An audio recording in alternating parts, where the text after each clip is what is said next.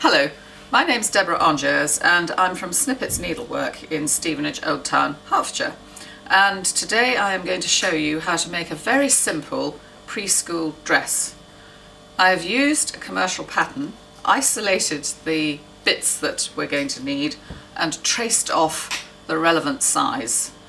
So let's begin.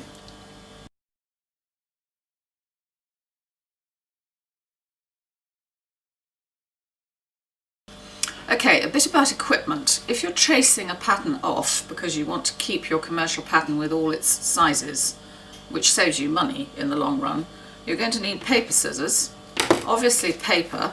In the studio here we do use spot and cross because it's commercial pattern cutting paper, but you can use brown paper. You can actually, if you're really strapped, use newspaper or any roll of white paper that's big enough to take your relevant pattern piece. And you're also going to need a thing called a tracing wheel. And this one is extremely decrepit, but it still works. And thus far I have traced off and cut out the front section of the pattern that we're going to be using, and the back, and one of the facings. So there are literally only 4 bits to this dress. And I'm now going to show you what the final piece, the back facing, looks like on a larger piece of paper, as you would have traced it off before I cut it out. Okay, so on this smaller bit of spot and cross paper, I've got the traced off back neck facing drawn on round here. To achieve that, you put your piece of tissue from your commercial pattern on top of this piece of paper, and you trace around using the wheel on the relevant size that you are going to do. And this particular pattern is an age 3. And then you just wheel across the tissue paper line all the way around, and you remember to put in things called balance marks, which here I've marked in purple. This, I equate it to the shorthand of dressmaking. It tells you which bit goes where. It tells you whether this is a back armhole because it has a double notch, or a front one which will have a single notch. And now I'm going to show you, literally, we're just going to cut this out on the pencil mark line. Do remember to only use paper scissors for paper, because if you use fabric ones on paper you'll wreck them.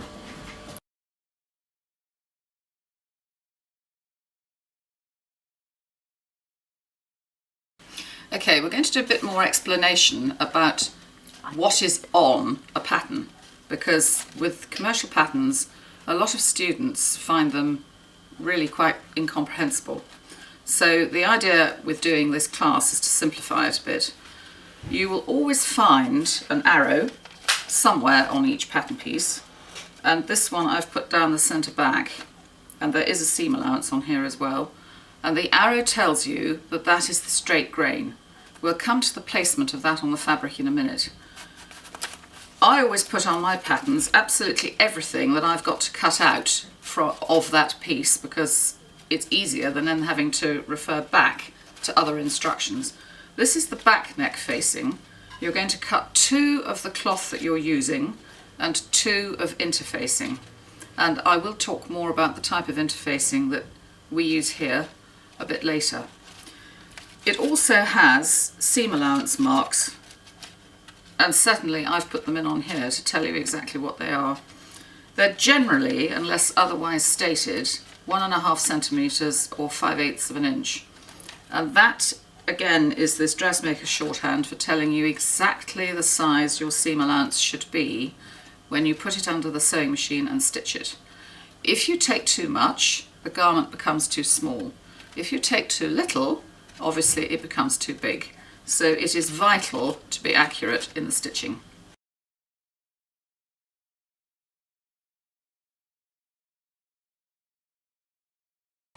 Okay, I've collected a piece of cloth from our little studio shop, and this is a piece of Amy Butler Larkspur.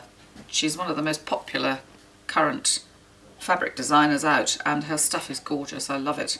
I've folded this with the selvages together. This is the area you can see that has got all the dye colours marked on it. and that is the straight grain running down there, and therefore it runs parallel all the way across the fabric back to the fold edge where I'm standing.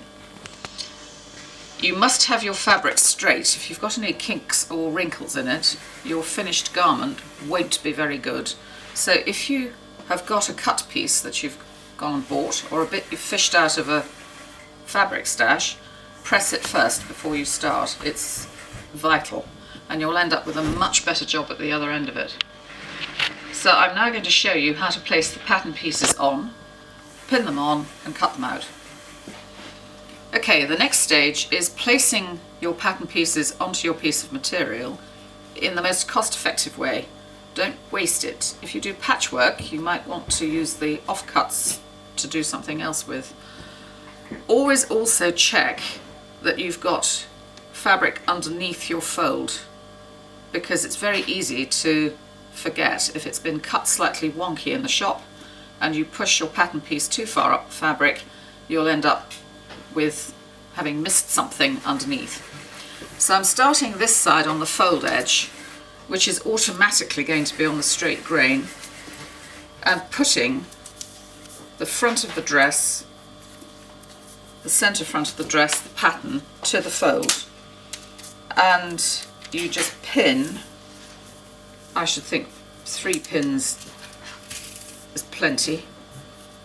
Pin that together, smooth the paper away from yourself and keep pinning.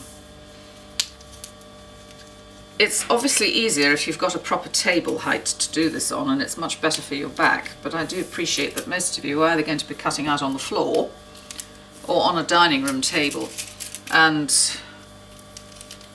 the angle you do it at might be slightly different to here. But you must try and cut out on a flat surface. If you try and cut out on anything else, it simply won't work. It'll look awful.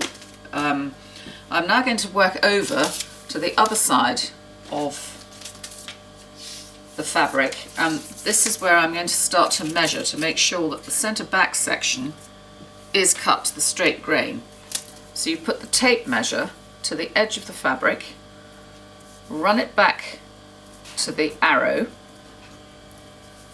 checking that there's room at the bottom corner edge of the hem.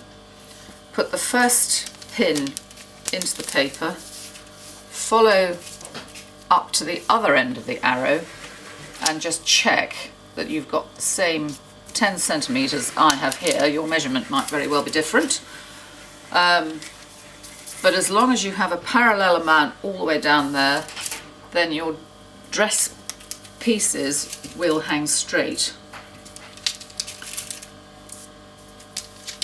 and they will look absolutely fine. So you carry on pinning round, pin at the shoulder, and then you do exactly the same with the facing pieces. Pin the first one to the centre front. My tracing has not ended up with the spot and cross on the surface. It doesn't matter, you just turn it over. You're still going to get the right piece because you're putting it on the fold and cutting out one. And then with the centre back, again, you measure from the selvage to the arrow,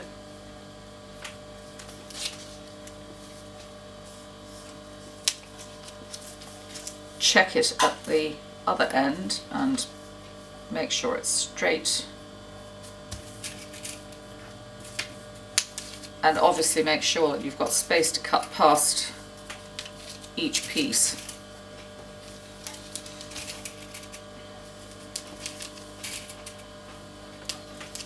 So that's the bits pinned on, and we're now going to cut those out using fabric scissors this time.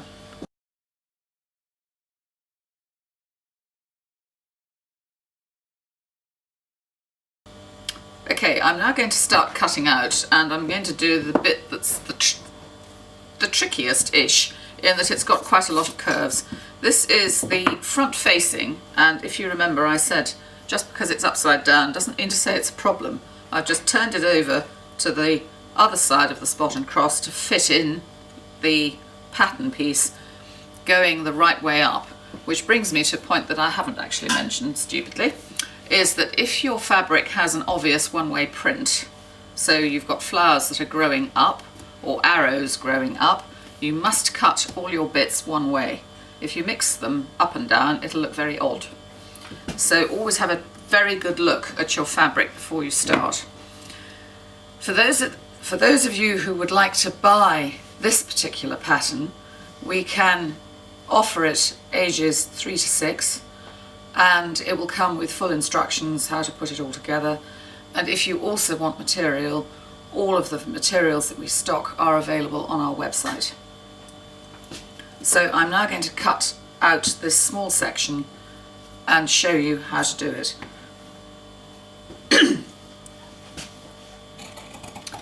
You need to keep the bottom of the scissor onto the surface you're cutting against and use the scissor blade to lift the fabric rather than putting your hand under the fabric, which tends to warp everything.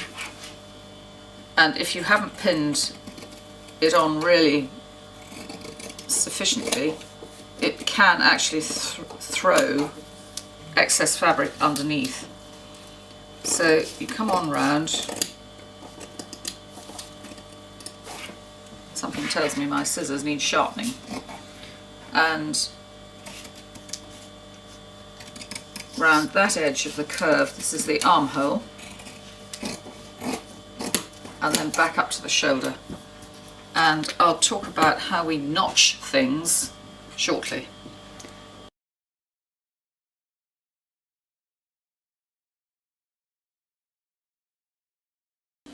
Okay, we're now going to revisit the issue of balance marks and seam allowance marks, which worry quite a lot of people. Absolutely not a problem. I've marked this one with little green lines, for want of a better word, that denote the 5/8 of an inch or 1.5 centimetre seam allowance that this has got all the way around.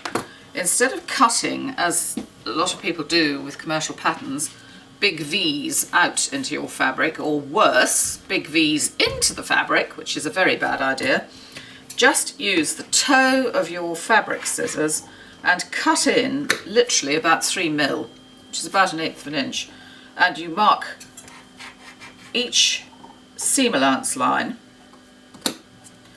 and you go in there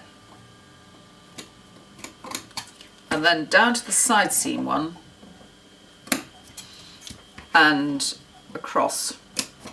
Now these two marks here tell you that this is the back armhole, so you put 2 marks there, 2 little slices in your fabric, and that's called a balance mark. That's telling you what the seam allowance is. There's another balance mark there down the side seam, and it will have its mate on the front pattern. There's a shoulder balance mark here, and down on the centre back, which I'm not going to cut right-handed because I will slip, there's a centre back mark which tells you how long you're going to make the neck opening. We should have a 1.5 centimetre mark up here, but I've forgotten to mark it on, so I'm going to do it now. Both directions, and that again tells you that the centre back is 1.5 centimetres down the centre back and 1.5 round the neck. On this pattern there's a 4 centimetre hem allowance at the bottom, but obviously we'll get to that when you're at the point of finishing the dress.